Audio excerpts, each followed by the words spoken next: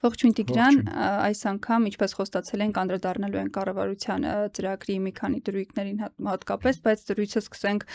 Ռոբերտ Քոչարյանի, նրա ընտանիքի անդամների ու նաև այդ շրջապատում եղած մի քանի անձանց կալանավորման ու այլ գործողություններին։ Այսօր պարզ դարձավ, որ 2 ամսով Հայաստանի երկրորդ նախագահը կալանավորվել է, մեղադրվում է պաշտոնեական լիազորությունները չարաշահելով խոշոր չափի կաշառք ստանալու ու փողերի լվացման հոդվածներով, բայց տեղեկացնենք, որ 18 թվականից մինչ այսօր Ռոբերտ Քոչարյանը արդեն 3 անգամ կալանավորվել է, նախորդ անգամները սահմանադրական կարգի տապալման մեղադրանքով։ Այս գործողությունները ոնց է որակում առհասարակ, ինչպես կարող ենք մեկնաբանել։ Տես նախ արձանագրենք, որ իհարկե նորմալ իրավիճակ չէ, երբ նախկին նախագահը իր ընտանիքի անդամները այնպիսի արագ տեմպերով հարստանում են, այսինքն սա որևէ այլ իրավիճակում եւս կասկածներ կառաջացներ ու պետք էր առաջացներ, սակայն այստեղ խնդիրը կայանում է նրանում,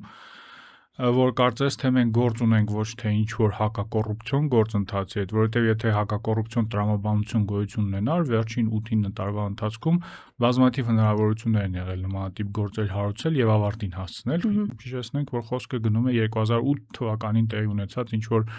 գույքի գնման վաճառքի մասին, այսինքն ընդհանուր առմամբ բավականին փոքր դրվագի մասին, եթե հատկապես համեմատում ենք թե Քոչարյանների ընտանիքներին վերաբերյալ ինչպիսի մեղադրանքներ են հնչեցնում տարիներ առաջ, եւ սա ավելի շատ տեղավորվում է այս ընտրական հետընտրական տրամաբանության մեջ, սա կարելի է պայմանականորեն անվանել կուլակաթափման փուլ հայկական քաղաքական պատմության մեջ, եւ Նիկոլ Փաշինյանը ուղիղ տեքստով սպառնում էր ինչպես ընտրությունների ընթացքում, այնպես էլ ընտրություններից հետո, որ այն բոլոր դեմքերը, առաջին դեմքերը, որոնք մասնակցել են ընտրություններին որպես ընդդիմադիր ուժեր, պարզապես ունեզրկվելու են։ Եվ այստեղ պարադոքսը կայանում է նրանում, որ որևէ փորձ էլ չի կատարվում սա քողարկել այս գործընթացը, պնդել թե որ դե տեսեք ես կապ չունեմ, իհարկե համակարգն է զբաղվում դրանով։ Եվ սա է գլխավոր պրոբլեմատիկ բանը։ Իհարկե Ռոբերտ Քոչարյանի պարագայում այս ողջ գործընթացները շատ ավելի հեշտ են, հաշվի առնելով նրա հսկայական հակառեյտինգը։ Երևի Հայաստանում ամենամեծ հակառեյտինգ ունեցող քաղաքական գործիչն է եւ իշխանությունները գնալով այս քայլին բնականաբար որևէ բացասական արձագանք չեն ակնկալում հանրության կողմից, բայց այստեղ ինչպես նախորդ դեպքեր, ինչպես Ծառուկյանի դեպքում, ինչպես դրանից առաջ տեղի ունեցած այդ քաղաքականացված քրեական գործերի կամ ընտրողաբար կիրառվող արդարադատության պարագայում խնդիրը անհատը չէ, խնդիրը ոչ Ռոբերտ Քոչարյանն է, ոչ էլ Գագիկ Ծառուկյանը։ Ռոբերտ Քոչարյանը, ինչպես արդեն նշեցի, հաշվի առնելով ունեցվածքի այդ ծավալները հնչեցվող մեղադրանքները լեգիտիմ հիմքեր կան մտածել, որ ապօրինի ինչ-որ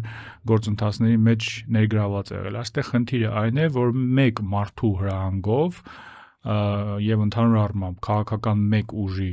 հրահանգով հնարավոր է այսպիսի արագ այսպիսի գործընթացներ սկսել, որովհետեւ ես վստահ եմ, որ եթե չլինեին ընտրությունները, եթե չլիներ ակտիվ մասնակցությունը այդ ուժերի ընտրություններին եւ նաեւ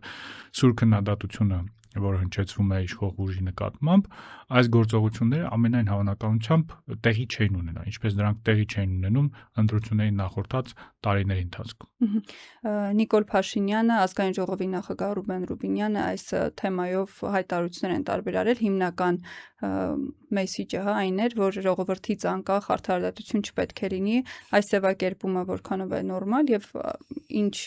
վտանգներ է պարունակում արդարադատության համակարգի նկատմամբ ընկալումներ, եթե հաշվի առնենք մարդկանց մոտ։ Տես, այս հայտարարությունները դասագրքային օրինակներ են, թե ինչպես են պոպուլիստները վերաբերվում քաղաքականությանը, քաղաքական համակարգին, ինչպիսի ակնոցներով են նայում քաղաքականությանը։ Պոպուլիստների համար կայացած ինստիտուտների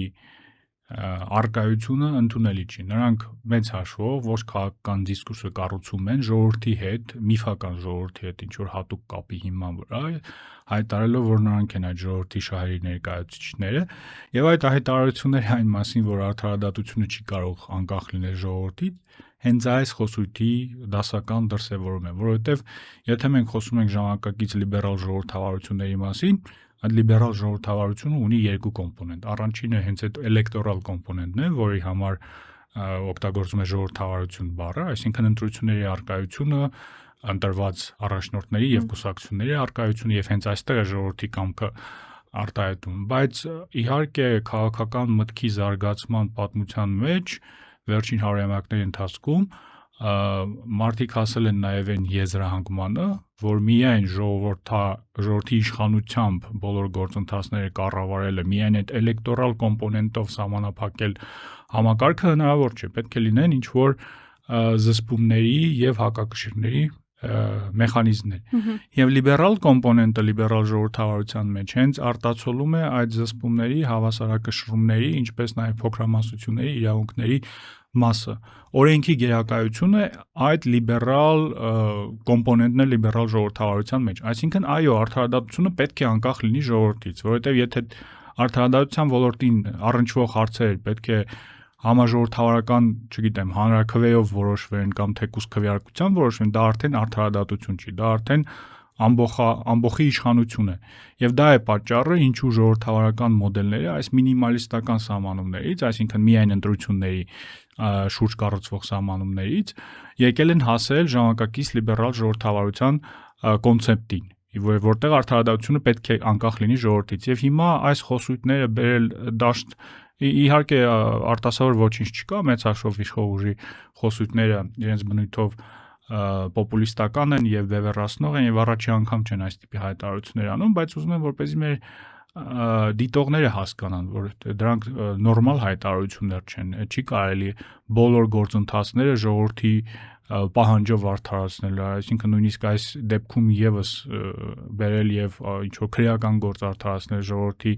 պահանջում այն պարագայում եւ նույնիսկ շատ ուժեղ մանդատ էլ չունես, այսինքն նույնիսկ 50%-ը չէ ստացել ձայների եւ ասել այ ժողովուրդը այսպես է որոշել, այսինքն մի կողմ թողնենք նաեւ այդ փոքրամասնությունների իրավունքների կամ կարծիքի հաշվի առնելը, բայց ինքնին այս պնդումը, ինչպես արդեն նշեցի, դասագրքային պոպուլիստական պնդում է, սա նաեւ հերթական դրսևորումն է, որ չկա նույնիսկ որևէ փորձ քողարկել այս գործընթացները, ցույց տալ, որ մեծ հաշվով քաղաքական այդ տրամաբանությամբ են քրեական գործերը հարուցում եւ քաղաքական տրամաբանությունն է երաշխում այսօր արդարադատության համակարգում։ Մի խոսքով արձանագրենք, որ նաեւ ամփոփելով նախորդ հարցի պատասխանը, որ բավականին տուրբուլենտ շրջան ենք մտնում, երբ այս տիպի պոպուլիստական խոսույթներով շատ վտանգավոր գործընթացներ են արդարացում։ Իհարկե, շատ քիչ են լինելու մարդիկ, ովքեր խոսելու են այս խնդիրների մասին, որովհետեւ զուտ իմիջային տեսանկյունից հաշվի առնելով նույն Քոչարյանի հակավարկանիշը, հաշվի առնելով ընդհանուր առմամբ հանրային տրամադրությունները նրա նկատմամբ նույն Այո Ծառուկյանի դեպքում այդքան էլ հրապուրիչ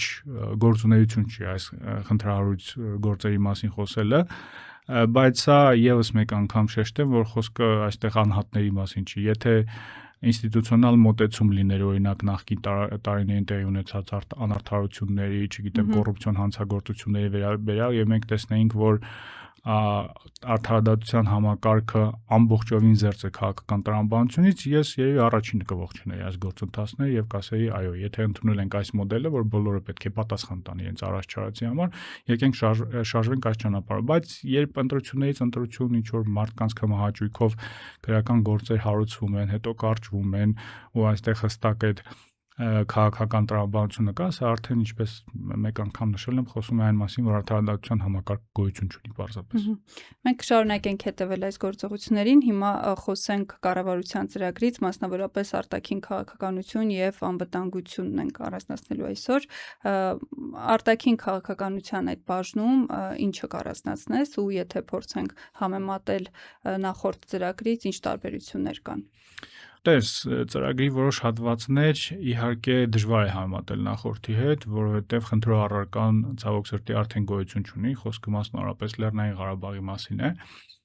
Եթե հիշում ես, բավականին հավակնոտ ծրագիր էր նախորդ ծրագիրը այս թեմայով, ճիշտ է, նախընտրական ծրագրի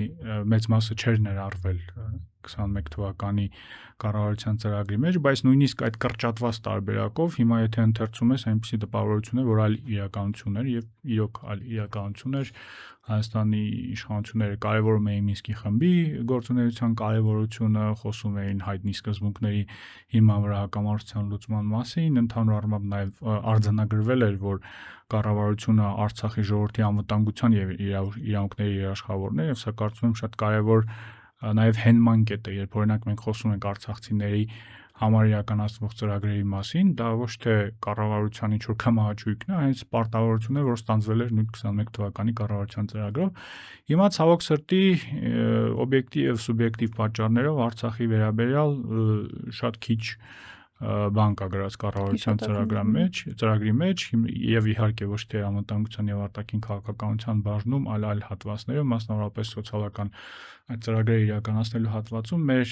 կենտրոնի փորձագետ Հայկ Խանոմյանը վերջերս վերլուծել է, որ նույնիսկ այդ հատվածում թերի էր օրինակ բնակապահովման թիրախը, որը նշվում է կառավարության ծրագրի մեջ, չի ապահովում փախստականների կարիքների կեսից ավելին, այսինքն այն թիվը, որոնք նրանք նշել են, որ այս թվով ընտանիքների բնակավարման խնդիրը կլուծենք, դրանք այդ թիվը համապատասխանում է այդպիսի խնդիր ունեցող մարդկանց կեսին։ Սա ինչ վերաբերում է Արցախին եւ արցախցիների հետ կապված խնդիրներին, բայց գլխավոր տարբերությունը իհարկե Ռուսաստանի նկատմամբ վերաբերմունքն է։ Եթե մենք ընթերցում ենք 21 թվականի ծրագիրը, մենք տեսնում ենք, որ Ռուսաստանը հենց երկրորդ կետից է, եթե չեմ սխալվում, սկսում Ռուսաստանի հետ հարաբերությունների կարևորությունը, հապկի կարևորությունը եւ այլն, Ռուսաստանի խաղաղապահ ուժերի կարևորությունը Լեռնային Ղարաբաղում։ Այս ծրագրում Ռուսաստանը, եթե չեմ սխալվում, տարբեր երկրների հետ հարաբերությունների մասին երբ գրված է 9-րդ թե 10-րդն է եւ հարաբերությունների այդ բարբերության մեջ նույնիսկ ռազմավարական գործընկերություն եզրույթ չկա եւ սա արտացոլում է այն խնդիրները, որոնք կան երկկողմ հարաբերություններում, ընդհանուր առմամբ ողջ այդ արտաքին քաղաքական հատվածը հենց Ռուսաստանի հետ հարաբերությունների մասին է, այդ հավասարակշռման եւ հասարակշռող արտաքին քաղաքականությունը մեծ հաշվով Ռուսաստանից այդ կախվածությունը նվազեցնելու մասին է եւ կարմիր թելով այդ միտքը անցնում է, նույնիսկ Ռուսաստանի վերաբերյալ այդ բարբերության մեջ խոսում է հավասարակշռման եւ հավասարակշռված արտաքին քաղաքականության մասին, մինչդեռ այլ գործընկերների նշանակությունը շատ ավելի վառ կերպով է շեշտում նույն Եվրոպական միության հետ փոխգործակցությունը։ Միջև վիզաների ազատականացումը կարծես ավարտին հասնելու մասին է խոսում։ Այո, դա իրատեսական գործընթացն է, որը նշված է, բայց նաև նշվում է Եվրամիության անդամակցության վերաբերյալ օրենքը եւ այլն, Միացյալ Նահանգները, ինձ համար զարմանալի է, որ Հնդկաստանը կրկին, եթե ընդունենք, որ այդ հերթականությունը ինչ որ բան նշանակում է եւ ինչ որ մեսեջը վերջին տեղերից մեկում էր, օրինակ Վրաստանը ավելի բարձր էր նշված, այլ Իրանը ավելի բարձր է նշված, հաշվի առնելով վերջին տարիների զարգացող ռազմատեխնիկական առաջին հերթին հարաբերությունները Հնդկաստանի հետ, հետաքրքիր, բայց միևնույն ժամանակ Հնդկաստանի հետ մենք նաև ռազմավարական գործընկերության փաստաթուղթ ունենք եւ դրանով է առաջին հերթին պայմանավորված, բայց ընդհանուր առմամբ իհարկե որևէ նորություն այս ծրագրի մեջ չկար, մեծ հաշվով այն էր, ինչի մասին խոսում է կառավարությունը վերջին 1-2 տարվա ընթացքում եւ պարզապես հետաքրքիր էր արդեն դա ավելի համակարգված ձևով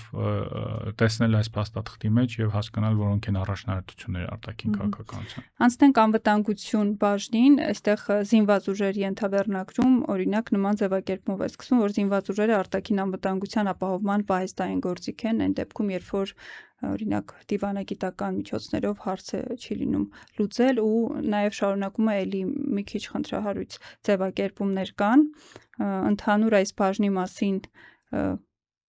ինչ տպավորությունն ես պատկերացնում ես ինչ է արվելու առհասարակ բանակի հետ Կարծիքով ես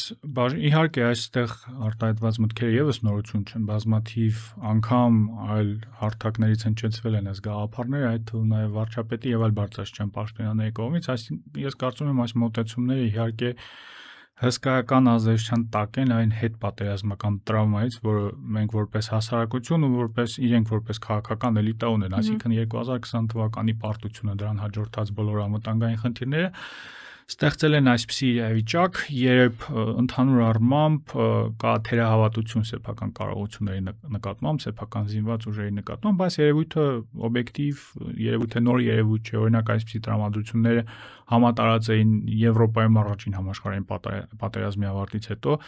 հաշվի առնելով այդ պատերազմի կործանարար հետևանքները ողջ Եվրոպայի համար ու հաշվի առնելով այն նոր տեխնոլոգիաները, որոնք առաջին անգամ կիրառվեցին այդ պատերազմում, նույնը կար նաև երկրորդ համաշխարհային պատերազմից հետո։ Եվ այս բանավեճը, որը պետք է լինի անվտանգության հիմքը, զինված ուժերը, ինչ որ շատ հստակ կարողությունները, թե օրինակ խաղաղությունը, սա նաև կրկին այլ համատեքստերում եւս գոյություն ունեն, իդեալիստները կամ լիբերալները արտաքին քաղաքականության հաշվում խաղաղությունը վերցնում են որպես հենակետ։ Ավելի ռեալիստական դպրոցի, նեոռեալիստական եւ ռեալիստական դպրոցի ներկայացուցիչները իհարկե խոսում են հստակ կարողությունների մասին, այդ թվում նաև ռազմական կարողությունների մասին։ Ինձ համար այստեղ խնդիրը այն է, որ խաղաղությունը մեծ հաշվով դա գործիք չէ, դա նպատակն է։ Դուք չես կարող նպատակը վերցնել եւ ասել դա է մեր անվտանգության գործիքը։ Մինչդեռ բավականին կարողունակ զինված ուժերի արկայությունը ստեղծում է այդ հնարավորությունները, որպեսզի դու կարողանաս այդ հավելյալ գործիքները օգտագործես։ Եթե դու չունես ռազմական կարողություններ, եթե դու չես վերականգնել օրինակ քո ռազմական կարողությունները, դու ինչպես պետք է դիվանագիտության միջոցով օրինակ հասնես այդ ցանկալի բաղձալի իրավիճակին խաղաղությանը, որովհետև այնուամենայնիվ, ինչպես մենք տեսել ենք վերջին տարիների ընթացքում, ամեն ինչ հանգում է այդ ուժերի բալանսին կամ դիսբալանսին։ Այն հանգամանքը, որ Ադրբեջանը մինչ այսօր շարունակում է առավելություն ունենալ Հայաստանի նկատմամբ ուժային հարաբերակցության հարցում, դա բնականաբար շատ ուղիղ արտահայտություն է ունենում ինչպես բանակցային գործընթացում, ինչպես հայ-ադրբեջանական, այնպես էլ հայ-ադրբեջանական օրակարգի տարբեր այլ հարցերում։ Այսինքն այն պնդումը, որ բանակը ինչ որ պահեստային գործիք է, ես իհարկե հասկանում եմ ինչու է դա գրված, այսինքն սա առաջին հերթին ուղերձ է մեսիջ է նույն Ադրբեջանին արտաքին աշխարհին, որ մենք չենք ցանկանում պատերազմներ սկսել, այդպիսի նպատակ չունենք, ռևանշիզմով չենք զբաղվելու։ Բայց դա ինքնին խնդրահարույց հայտարարություն եւ մոտեցում է, որովհետեւ եթե նույնիսկ չենք խոսում բալանսի վերականգնման մասին, այլ օրինակ խոսում ենք այն մասին, որ մենք պետք է մեր դեմ հարձակման գինը շատ թանկ դարձնենք, այսինքն փորձենք զսպման քաղաքականություն վարել Ադրբեջանի նկատմամբ, որպեսզի բանը պատերազմի չհասնի, նույնիսկ այդ պարագայում այս հայտարարությունը, այս պնդումը խիստ խնդրահարույց է եւ կարող է սխալ ազդակներ ուղղել հենց Բաքվի նկատմամբ, կարող է թուլության պատկեր ստեղծել, իսկ թուլությունը կարող է պրովոկատիվ լինել շատ հաճախ։ Շատ պատերազմներ սկսում են այն պատճառով, որ հակառակորդ կողմը մտածում է, որ մյուս կողմը թույլ է կամ պատրաստ չէ պաշտպանել սեփական շահերը, չունի այդ կարողությունները պաշտպանելու համար, եւ դա է հիմնական խնդիրը։ Երկրորդ հատվածում կար նաև իհարկե կարելի է տարբեր ձևով մեկնաբանել այդ պնդումը, որ զինված ուժերը չեն կարող կիրառվել Հայաստանի Հանրապետության տարածքից դուրս, այնտեղ երկրորդ հատվածում կա նաև այն մասին, որ միայն պաշտպանության պարագայում եւ այլն, բայց սա իմ կարծիքով եւս սխալ ուղերձ է եւ առաջին հերթին հենց նաև Հայաստանի զինված ուժերին։ Արի պատկերացնենք մի տեսական հիպոթետիկ իրավիճակ, որ ի հեճուկս բոլոր այս ջանքերի խաղաղությանը ուղղված այնուամենայնիվ ինչ որ էսկալացիոն մթնոլորտ է կրկին ձևավորում տարածաշրջանում, Ադրբեջանը վերսկսում է օգտագործել այդ էսկալացիաների քաղաքականությունը Հայաստանի դեմ եւ ասենք թե Ադրբեջանը ինչ որ հատվածում հարձակվել է Հայաստանի վրա կամ առաջխաղացում է ունեցել։ Հիմա այս տրամաբանությամբ զինված ուժերը չեն կարող կիրառվել օրինակ Ադրբեջանի տարածքում ինչ որ թիրախներ խոցելու համար։ Կամ եթե բանը հասել է շատ լուրջ էսկալացիայի, արդյոք սա նշանակում է, որ մենք չենք կարող նույնիսկ Ադրբեջանի խորքում ինչ որ թիրախներ խոցել, ինչպես դա անում է օրինակ Իրանը կամ Ուկրաինան ավելի ուժեղ հակառակորդին զսպելու համար։ Մի խոսքով իմ կարծիքով այստեղ շատ լուրջ կոնցեպտուալ խնդիրներ կան, որոնք սխալ ազդակներ են ուղղում ինչպես մեր հակառակորդներին, այնպես էլ միջազգային հանրությանը ու նաև սեփական զինված ուժերին, որովհետև եթե դու զինված ուժերը դնում ես ինչ-որ բանդակների մեջ եւ ասում ես սա է քո գործունեության շրջանակը, դա նաև սահմանափակում է քո հնարավոր գործիքակազմը ճգնաժամերի ընթացքում։ Լավ, այս հատվածը ինչ տեսք, ինչ ձևակերպումներ կարող էր ունենալ, որ համ խաղաղության գործընթացին ու այդ հարաբերությունների կարգավորմանը չվնասեր, չկանգնեցներ այդ գործընթացը, բայց նաև ընդունելի լիներ։ Ինչպես բոլոր սովորական պետությունների պարագայում լինում է, անվտանգության խաղաղության վերաբերյալ հատվածը շատ լայն կերպով բացված է արտաքին քաղաքականության բաժնում Ադրբեջանի եւ Թուրքիայի հետ հարաբերությունների կարգավորումը հայտարարում է որպես առաջնահերթություն եւ անվտանգության բաժնում պետք է պարզապես խոսել զինված ուժերի կարևորության մասին այս գործընթացում, որովհետև առանց սեփական կարողությունների դու չես կարող հասնել խաղաղության, կամ այդ խաղաղությունը լինելու է այնպեսին, որը չի ընկալելու հասարակության ներսում, միակողմանի խաղաղություն է լինելու, որը իրական ռումբեր է դնելու այդ խաղաղության տակ, որովհետև եթե գործընթացը միակողմանի է, եթե հանրության շրջանում կա անկալում, որ օրինակ Հայաստանը նվաստացվում է, որ ընդունում է բոլոր պայմանները Ադրբեջանի կողմից, որ մենք ընդհանրապես ընդունակ չենք որևէ բանի դիմադրելու եւ պարզապես ամեն ինչ պետք է ընդունենք, սա լուրջ խնդիրներ է ստեղծելու երկարաժամկետ կտրվածքով, հատկապես նշեմ, որ երիտասարդ սերնդի մոտ, ովքեր մենք տեսնում ենք, որ ավելի ընդդիմադիր են տրամադրված, ավելի սկեպտիկ են տրամադրված թե խաղաղության, թե այլ գործընթացների նկատմամբ եւ պատճառը հենց այս նարատիվներն են, այսինքն այս իրավիճակը կարելի է ավելի ընդունելի բառապաշարով եւ ավելի արժանապատիվ նաեւ խոսույթներով ներկայացնել։ Կարելի է օրինակ խոսել այն մասին, որ այո, Հայաստանը այս փուլում լուրջ սահմանափակումներ ունի, կարողություններ չունի եւ դա է պատճառը, ինչու մենք պետք է ամեն գնով հասնենք օրինակ հարաբերությունների կարգավորման հարևանների հետ, բայց զինված ուժերի վերաբերյալ այս ձևակերպումները իմ կարծիքով, ինչպես արդեն նշեցի, ավելորդ են եւ առանց դրանել ես չեմ կարծում, եթե այդ ձևակերպումները այլ տեսք ունենային, դա ինչ որ խնդիրներ կստեղծեր Հայաստանի համար կամ դա ինչ որ սխալ կերպ կընդունվել օրինակ նույն Ադրբեջանի կողմից։ Շնորհակալ եմ։ Ես եմ շնորհակալ։